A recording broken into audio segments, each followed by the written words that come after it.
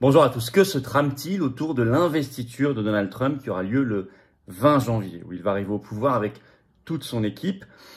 J'avais commencé à aborder très rapidement en fin de direct vendredi dernier cette problématique parce qu'il y avait des éléments un peu troubles.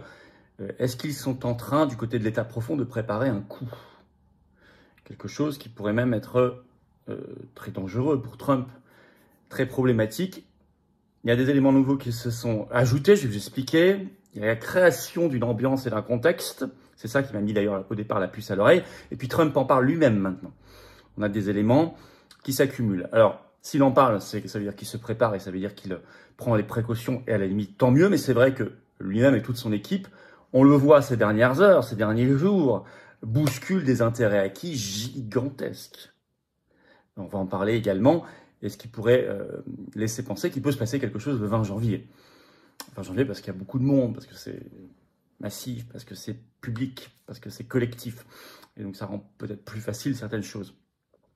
Bref, nous allons voir tout cela dans cette vidéo. C'est vrai que quand vous attaquez le système, en particulier le mondialisme, et de notre côté l'euro-mondialisme, ce système infernal, mais très puissant, vous prenez des risques. Nous avons vu les attentats contre Fico, contre Trump lui-même, tout ce qui se passe dans certains pays, des déstabilisations, des coups d'État, des calomnies, des annulations d'élections, mais je crois qu'il ne faut pas lâcher. Voilà. Nous-mêmes, quand nos militants se retrouvent attrapés, mis en geôle, mis en garde à vue, nos manifestations parfois déplacées, interdites, etc., surveillées par des drones, enfin des choses délirantes, on ne lâche pas, il ne faut pas lâcher. Et 2025 doit être vraiment l'année de ce grand combat, sans rien lâcher, en allant jusqu'au bout. Et je sais qu'on peut le faire parce qu'on peut le faire avec vous.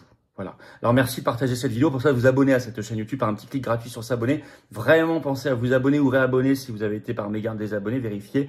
C'est un petit clic gratuit, mais c'est tellement essentiel et utile au déploiement de ces vidéos, à leur meilleure circulation par l'algorithme, que je vous en remercie beaucoup. Le 12 janvier, dimanche 12 janvier, ce dimanche à 15 h, je suis à Toulouse, entrée gratuite pour une grosse réunion publique. Inscrivez-vous, c'est ouvert à tous par le lien sous la vidéo en description. On parlera en plus d'agriculture et d'alimentation, ce qui est vraiment dans le sujet. Et le 1er février, samedi à 15 h, je suis en Haute-Savoie, à Thonon-les-Bains. Inscrivez-vous, c'est entrée gratuite aussi par un autre lien sous la vidéo en description. Il y a toujours notre pétition nationale contre les ZFE qui viennent de directives européennes sous la vidéo en description à signer et relayer massivement. Elle est très, très signée. Oui, je disais qu'on peut le faire et qu'on peut tenir grâce à vous. Alors, je le sais, venez, adhérez, réadhérez, vous faites un don au mouvement dès maintenant.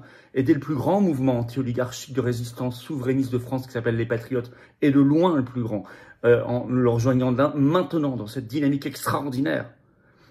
Bravo à nos militants qui sont avec les paysans, bravo à ceux qui construisent le combat. Et vous voyez la dynamique mondiale avec l'investiture justement de Trump dans quelques jours, on va y revenir, mais passez pas à côté, venez maintenant. J'ai besoin de vous. Restez pas seul, personne ne doit être seul. Et sans vous, on ne peut rien. Avec vous, on peut tout. Et tous ensemble, on peut tout. Vous pouvez adhérer dès maintenant par le premier lien sous la vidéo en description. Bienvenue, du fond du cœur. Vous faire un don au mouvement par le deuxième lien sous la vidéo en description. Ce don permet de financer nos actions. Je rappelle qu'on n'a pas un centime de financement public. Rien. Pas une subvention, rien. Les liens sont également sur les-patriotes.fr. Je rappelle, c'est 2 tiers de défiscalisation pour vous. Toute adhésion, réadhésion ou don au mouvement. 2 tiers de défiscalisation. Et votre compteur fiscal a été remis à zéro le 1er janvier 2025. Profitez-en pour faire baisser vos impôts. On y va. On y va. Attentat contre Trump. Le show d'investiture, on va parler clair. Hein. Est-ce que c'est ça? Est-ce qu'il y a des signaux? Oui.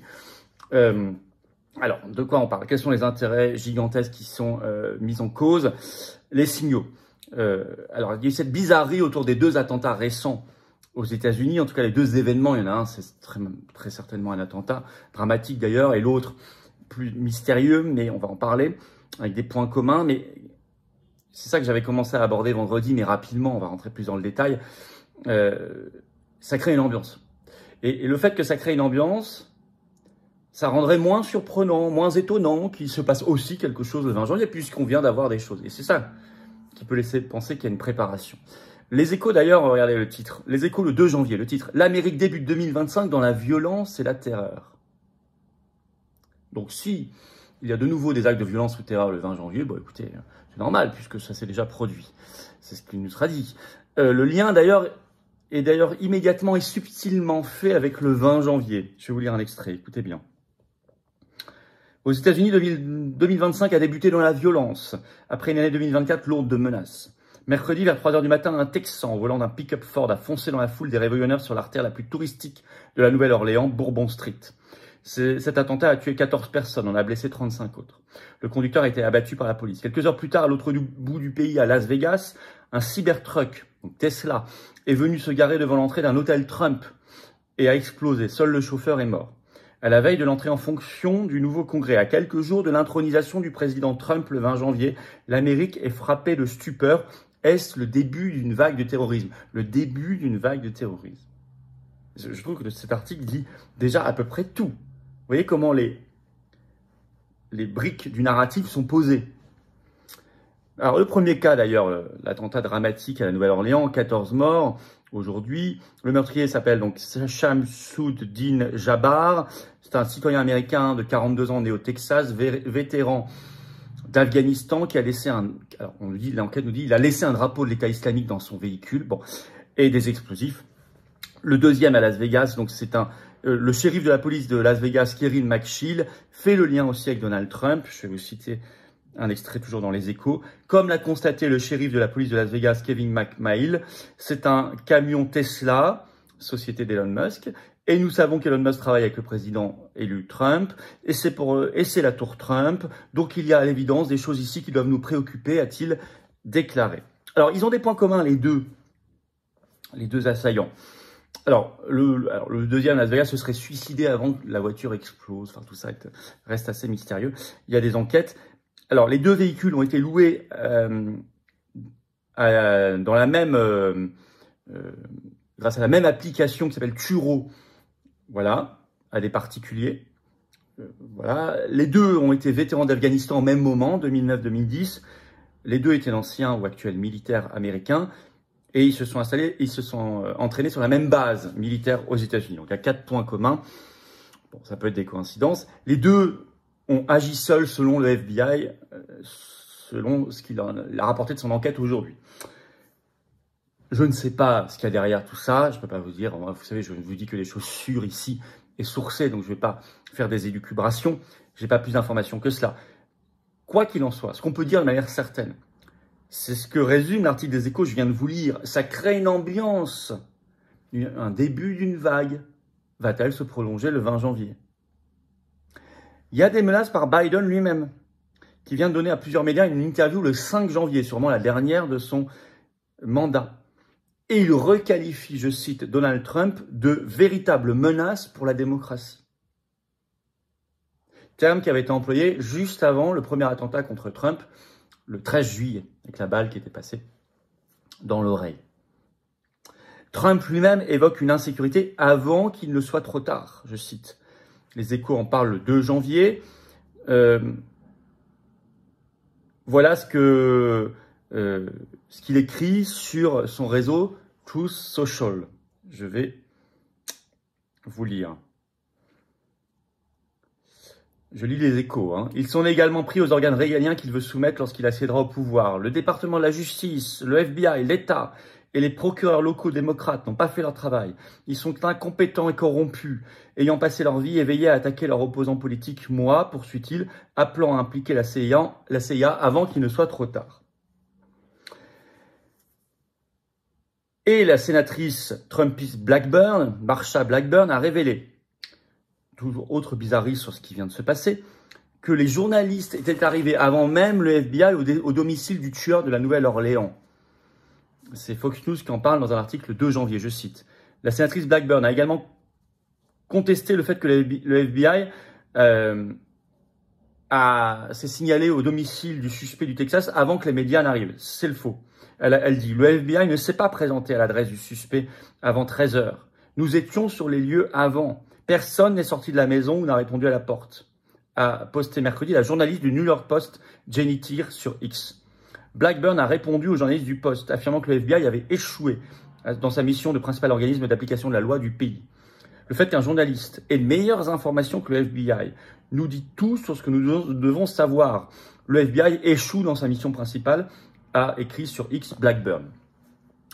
Tout ça pour vous dire que l'équipe Trump est en train de lancer des signaux pour dire on sait que tout ça est très politisé. On sait que vous ne faites pas le maximum pour la sécurité. On le sait tellement que des journalistes eux-mêmes disent publiquement qu'ils sont arrivés sur les lieux avant même le FBI, ce qui est quand même extravagant, incroyable. Quand on connaît les moyens gigantesques dont dispose le FBI. Bon. Ils font monter la pression au sujet de la cérémonie d'investiture le 20 janvier à Washington. La police elle-même dit attention, il y a de très très grands dangers. Il y a eu une conférence de presse le 3 janvier du chef de la police de Washington. C'est une chef, Pamela Smith. Et voilà ce qu'elle a déclaré. Ça a déclenché un urgent dans la presse américaine. La chef de la police de Washington annonce qu'ils renforceront la sécurité dans toute la ville pour être prêts à faire face à d'éventuelles attaques terroristes autour du jour de l'investiture. Par mesure de précaution, dit-elle, j'ai renforcé nos mesures de sécurité dans toute la ville à la lumière des récents événements. Donc le lien est fait aussi avec les 2 précédents attentats. Les membres de la communauté remarqueront une présence accrue de policiers dans tout le district. On dirait qu'il y a une autre brique dans le narratif.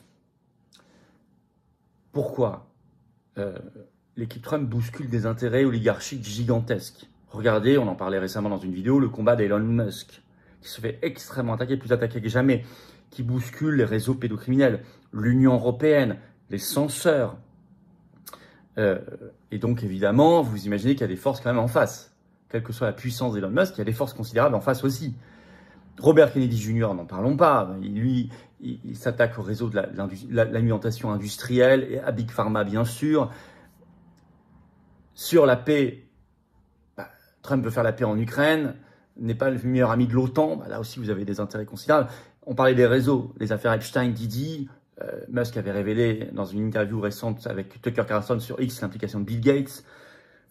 Sur la corruption, où il a été annoncé des poursuites rapides contre Anthony Fauci dans le cadre du Covidisme, notamment, à tel point que Biden a parlé même d'une possibilité de grâce préventive. Et ce 3 janvier, un journaliste de Fox News déclare sur Fox News, il s'appelle Brett Bayer, ceci: on m'a dit de m'attendre à un choc et à une stupeur suite au décret présidentiel du premier jour de Donald Trump. Donc, c'est-à-dire qu'il va y avoir il va tout de suite annoncer des décrets, il va prendre des décrets dès le premier jour de sa prise de fonction, le 20 janvier, qui vont créer choc et stupeur. Donc, si vous voulez, certains peuvent vouloir devancer cela et empêcher cela. Alors, il ne s'agit pas du tout d'ici d'être alarmiste ou quoi que ce soit. Vous savez, on dit toujours un homme averti en vaut deux, bien évidemment, et la chose qu'on doit souhaiter, c'est que ça ne se produise pas. Ce que je vous dis là, des Américains le partagent aussi. Si vous allez sur les réseaux sociaux, l'analyse en ce sens montre beaucoup. Alors que tout le monde fasse pression pour que Trump et son équipe montent leur niveau de sécurité encore plus, tout simplement. Et que chacun soit extrêmement vigilant, parce que chacun a le pouvoir de déjouer des choses qui peuvent se produire. Il y a déjà eu 3 tentatives, rappelons-le quand même, contre Trump, dont la première le 13 juillet, puis le 15 septembre et en octobre. Et pour son équipe, on pense par exemple à Robert Kennedy Jr. notamment.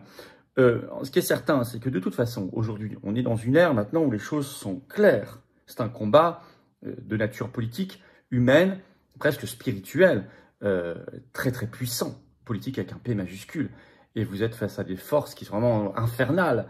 Et donc, on le voit quand on lutte contre l'euromondialisme, l'Union européenne, l'OMS, l'OTAN, quand on a encore fait la manif samedi dernier, sang-froid glacial au pied de l'ambassade de Roumanie contre le bouclier démocratique européen, l'européisme, la tyrannie pour le Frexit, quand nos militants sont près des paysans et qu'elle est blindée de la gendarmerie en face. On voit bien quand nos militants sont mis en garde à vue parce qu'on manifeste, qu'on fait des actions à Matignon, où j'y étais, contre le traité Mercosur, c'était le 15 novembre dernier. Quand on fait nos actions judiciaires contre Ursula von der Leyen, Bill Gates, on voit bien qu'on s'attaque à un système puissant. Mais on lâche pas l'affaire, quelles que soient les intimidations, quelles que soient les menaces. Et je sais que l'équipe Trump ne le fera pas non plus. Voilà. Et il y a plein de mouvements et de gens courageux qui se lèvent. Et on peut le faire par la force du nombre et du collectif. Voilà. Donc, merci à vous de partager cette vidéo. C'est très essentiel, très important. Pour ça, vous abonner à cette chaîne YouTube par un petit clic gratuit sur s'abonner. Pensez à notre pétition nationale contre les ZFE, zones à faible émission, à forte exclusion, en lien sous la vidéo en description pour la signer. Je suis à Toulouse ce dimanche 12 janvier, 15 h. Inscription sous la vidéo en description. Le 1er février à Tonon-les-Bains, inscription également. Je vous attends, patriotes. Voilà. Renforcez cette force du collectif. Venez. Ensemble, ils peuvent rien contre nous. Et ensemble, nous, on peut tout. On peut déplacer des montagnes, mais j'ai besoin de vous. Voilà. Vous savez, on est totalement indépendant. On n'a pas un centime d'aide publique. On n'a pas l'aide des médias, du système, des banques. On n'a pas tout ça. On n'a pas les copains du pouvoir, ni les réseaux, du système. On n'a rien. Par contre, on est la force du nombre. On est largement le premier mouvement résistance et souverainiste de France, anti-oligarchique. On est dans l'action concrète permanente. On est dans le sens du rassemblement. Il faut venir. Voilà. Aidez-nous aussi à résister à ces pressions. Aidez-nous à les battre. Aidez-nous à libérer la France avec vous. Pour le faire, vous pouvez adhérer ou faire un don au mouvement et profiter de 2 tiers au passage de défiscalisation. Faites baisser vos impôts massivement, surtout que votre compteur fiscal a été remis à zéro le 1er janvier 2025.